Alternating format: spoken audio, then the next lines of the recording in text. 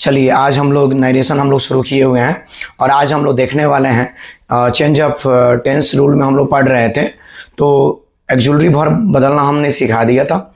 और आइए थोड़ा सा टेंस बेसिस जो कुछ रूल्स हैं उसको हम लोग देख लेते हैं।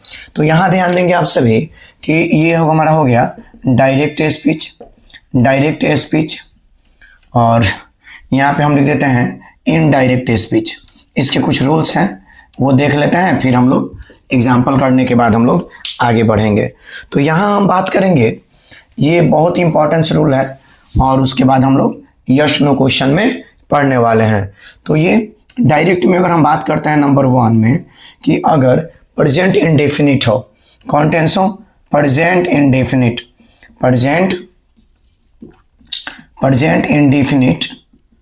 टेंस होगा तो इसको हम लोग जब इनडायरेक्ट में लिखेंगे तो इसको हम लोग लिखेंगे इनडायरेक्ट में होता है हमारा ये पास्ट इंडेफिनिट। इनडायरेक्ट में क्या हो जाएगा, पास्ट इंडेफिनिट टेंस। तो यहां ध्यान दीजिएगा कि अगर प्रेजेंट इंडेफिनिट में रहा आपका रिपोर्टिंग वर्ब तो रिपोर्टेड स्पीच जो होता है वो पास्ट इंडेफिनिट टेंस में होता है। तो इसी प्रकार हम लोग यहाँ पे देखेंगे, यहाँ पे नंबर 2 देख लेंगे हम कि अगर प्रेजेंट कंटिन्यूअस टेंस हो तो इसको किस में बदलेंगे। नंबर अगला हम बात करेंगे नंबर 3, अगर प्रेजेंट परफेक्ट टेंस हो, प्रेजेंट परफेक्ट टेंस में अगर रिपोर्ट डायरेक्ट स्पीच हो तो जब इनडायरेक्ट बदलेंगे तो किस में बदलेंगे। नंबर 4 बात करेंगे प्रेजेंट परफेक्ट कंटिन्यूअस। इसको आप लोग कंटिन्यूअस टेंस कॉपी में इसको नोट कर लेंगे ताकि रिवीजन आप इसे कर सकें, इसका बहुत जरूरी है। नंबर 5 अब बात करेंगे यहाँ पे कि अगर पास्ट इंडेफिनिट होगा डायरेक्ट पास्ट इंडेफिनिट टेंस, इसको हम लोग सिंपल पास्ट भी कहते हैं, इसको सिंपल पास्ट भी हम लोग कहते हैं। अगर हम यहाँ बात करेंगे छठा पास्ट कंटिन्यूअस अगर रहेगा तो हम इसको किस में बदलेंगे। और चौथा हमारा 7वां जो होगा अगर पास्ट, यहाँ पे डॉट कर देते हैं समझ जाइएगा, पास्ट परफेक्ट टेंस होगा तो किस में बदलेंगे। 8 नंबर पास्ट परफेक्ट कंटिन्यूअस होगा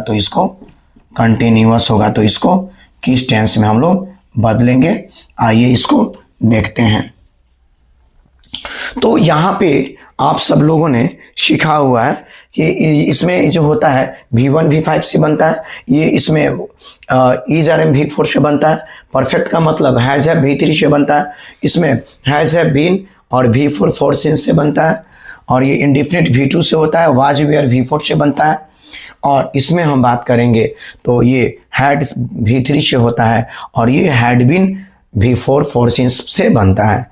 और फ्यूचर में बात करेंगे तो वो सिंपल सा है कि कैन को कुड में, शैल को शुड में, मे को माइट में, विल को वुड में बदलते हैं। तो इसमें कोई विशेष आपको दिक्कत नहीं होने वाली है। तो आइए इसको देख लेते हैं और इस पर हम लोग जो है एग्जाम्पल जो है वो करेंगे हम लोग। तो यहां बात करेंगे कि यहां देखेंगे अगर प्रेजेंट कंटिन्यूअस टेंस होगा तो इसको हम लोग बदलेंगे पास्ट कंटिन्यूअस टेंस में। पास्ट कंटिन्यूअस टेंस को डॉट कर दे रहे हैं, यानी इज आर एम होगा तो जब इनडायरेक्ट बनाएंगे तो वाज वेयर V4 हो जाएगा। अगर प्रेजेंट परफेक्ट होगा तो इसको हम बदलेंगे पास्ट परफेक्ट टेंस में। पास्ट परफेक्ट टेंस में टेंस को डॉट कर दिए, समझ जाएंगे आप सभी। अगर प्रेजेंट परफेक्ट कंटिन्यूअस होगा तो बस पास्ट परफेक्ट कंटिन्यूअस हो जाएगा। तो यहां हम लिख देंगे पास्ट परफेक्ट कंटिन्यूअस टेंस, इसको आप सभी नोट कर लीजिएगा। अब यहां बात करेंगे हम लोग कि पास्ट इंडेफिनिट होगा तो इसको हम लोग बदल देते हैं पास्ट परफेक्ट टेंस में। पास्ट परफेक्ट टेंस में अगर यहाँ पे V1 V2 से बना रहेगा टेंस तो ये जो होगा हमारा हैड में बदल जाएगा, हैड बीन में। पास्ट कंटिन्यूअस होगा तो इसको बदलेंगे पास्ट परफेक्ट कंटिन्यूअस में, इसको बदल देते हैं पास्ट परफेक्ट कंटिन्यूअस टेंस में बदलते हैं, कंटिन्यूअस टेंस को डॉट हमने कर दिया है, आप सब लिख लेंगे। अब एक चीज यहाँ ध्यान देना होगा, परफेक्ट परफेक्ट कंटिन्यूअस ये जो रहेगा तो इन दोनों को हम इसको कोई चेंजेज इसमें नहीं करते हैं, इसको लिख देंगे नो चेंज। ये चेंज ऑफ टेंस के रूल है और इसको एक बार आइए फिर से देख लेते हैं कि अगर यहाँ हमारा प्रेजेंट इंडेफिनिट रहा तो ये हमारा बदलेगा पास्ट इंडेफिनिट टेंस में। अगर यहाँ पे देखेंगे कि अगर कंटिन्यूअस रहा तो पास्ट कंटिन्यूअस टेंस में बदलेंगे इसको। प्रेजेंट परफेक्ट रहा तो ये सीधा पास्ट परफेक्ट में हमारा आ जाएगा। अगर यहाँ प्रेजेंट परफेक्ट कंटिन्यूअस टेंस रहा तो ये पास्ट परफेक्ट कंटिन्यूअस में चला जाएगा। इसको बढ़िया से आप सब याद कर लेंगे ताकि डायरेक्ट से जब इनडायरेक्ट बनाएंगे तो कहीं से कोई दिक्कत नहीं होगी। अगर इन पास्ट इंडेफिनिट होगा तो पास्ट परफेक्ट में बदलेंगे। यहाँ पे देखेंगे अगर पास्ट कंटिन्यूअस रहा तो परफेक्ट कंटिन्यूअस में बदलेंगे और ये दोनों जो टेंस रहा आपका पास्ट परफेक्ट टेंस और परफेक्ट कंटिन्यूअस टेंस, इसको हम लोग नहीं बदलते हैं। अगर एक और बात है कि अगर ये सब आपको याद अगर नहीं रहता है तो इतना याद जरूर रखेंगे कि डायरेक्ट से इनडायरेक्ट बनाने के लिए इज आर एम को हम वाज वेयर में बदलते हैं, हैज हैव को हैड में बदलते हैं और सेल रहा तो शुड में, विल रहा तो वुड में, कैन रहा तो कुड में, मे रहा तो माइट में। आइए अब चेंज ऑफ टेंस के एग्जाम्पल को हम लोग कुछ 8-10 आज प्रैक्टिस करते हैं, फिर हम लोग यस नो क्वेश्चन में चलेंगे। चलिए अभी हम लोगों ने चेंज ऑफ टेंस का रूल हम लोगों ने देखा और अब हम उस पर कुछ एग्जाम्पल करते हैं। ध्यान से आप सभी देखेंगे, एक एक एग्जाम्पल बताते चल रहा हूँ, समझाते चल रहा हूँ और थोड़ा सा इसमें नियम जो है वो याद रखना पड़ेगा। आइए सबसे पहले एक नंबर में फर्स्ट सब्जेक्ट को लिखेंगे। तो यहाँ देख रहे हैं कि फर्स्ट सब्जेक्ट क्या है, ही, तो हमने क्या लिख दिया, ही। और उसके बाद यहाँ पे सेड टू है, तो सेड टू का हमने क्या बताया कि ऑब्जेक्ट हो तो सेड टू को टोल्ड में बदलते हैं। और उसके बाद ऑब्जेक्ट मी है तो क्या लिखेंगे, me. He told me. Inverted comma हटाने के लिए डैट का प्रयोग, इन्वर्टेड कॉमा हटाने के लिए डैट का प्रयोग। और देख रहे हैं ये जो है, ये दे जो है, दे, ही, सी, इट, थर्ड पर्सन इसको नहीं बदलते हैं, दे है तो दे लिख देंगे। और ये पास्ट टेंस में होता है, पास्ट इंडेफिनिट में है तो इसका टेंस बदलेगा। तो हमने बताया था कि हैज हैव को हैड में बदलते हैं, तो यहाँ पे हैव है तो किस में बदलेगा, हैड में, तो यहाँ हैड हो जाएगा। उसके बाद नेवर, हेल्प हो जाएगा। और मी जो है, ध्यान देंगे यहाँ पे हेल्प हो गया। मी फर्स्ट पर्सन, मी फर्स्ट पर्सन सब्जेक्ट के अनुसार, तो सब्जेक्ट क्या है, ही, तो ही का ऑब्जेक्टिव केस क्या होगा, हिम, तो हो जाएगा नेवर हेल्प हिम। आइए इस पे हम लोग दूसरा देखते हैं एग्जाम्पल। ही सेड टू को हम लोग किस में बदल देंगे, टोल्ड में, तो ही told me, he told me, he told मी हो गया। इन्वर्टेड को हटाने के लिए क्या बताए थे, डैट, तो यहाँ पे इन्वर्टेड को हटाने के लिए क्या लिखेंगे, डैट। आई फर्स्ट पर्सन किसके अनुसार, तो सब्जेक्ट के अनुसार, आई फर्स्ट पर्सन सब्जेक्ट के अनुसार, तो सब्जेक्ट क्या है, ही, तो यहाँ पे हम क्या लिखेंगे, ही। और कैन को हमने क्या बताया था कि चेंज ऑफ टेंस में कैन का पास्ट कुड होता है, तो ही कुड यहाँ हो जाएगा, ही कुड। उसके बाद डिफीट है। यू देखेंगे सेकंड पर्सन है, सेकंड पर्सन इस ऑब्जेक्ट के अनुसार बदलेगा, तो ऑब्जेक्ट क्या है, मी, तो यहाँ सेकंड पर्सन ऑब्जेक्ट के अनुसार बदलेगा, तो यू के जगह पे मी लिखेंगे, यू के जगह पे क्या लिख देंगे, मी। तो हमारा ये नरेशन कंप्लीट हो गया। ही सेड टू मी, तो ही टोल्ड मी, इन्वर्टेड को हटाने के लिए डैट। आई फर्स्ट पर्सन इस सब्जेक्ट के अनुसार बदलेगा, तो ही हो जाएगा, कैन बदल जाएगा कुड में, डिफीट, मी सेकंड पर्सन ऑब्जेक्ट के अनुसार, तो ऑब्जेक्ट मी है तो वहां पे हम मी लिख देंगे यू के जगह पर। आइए अब हम इसको देखते हैं।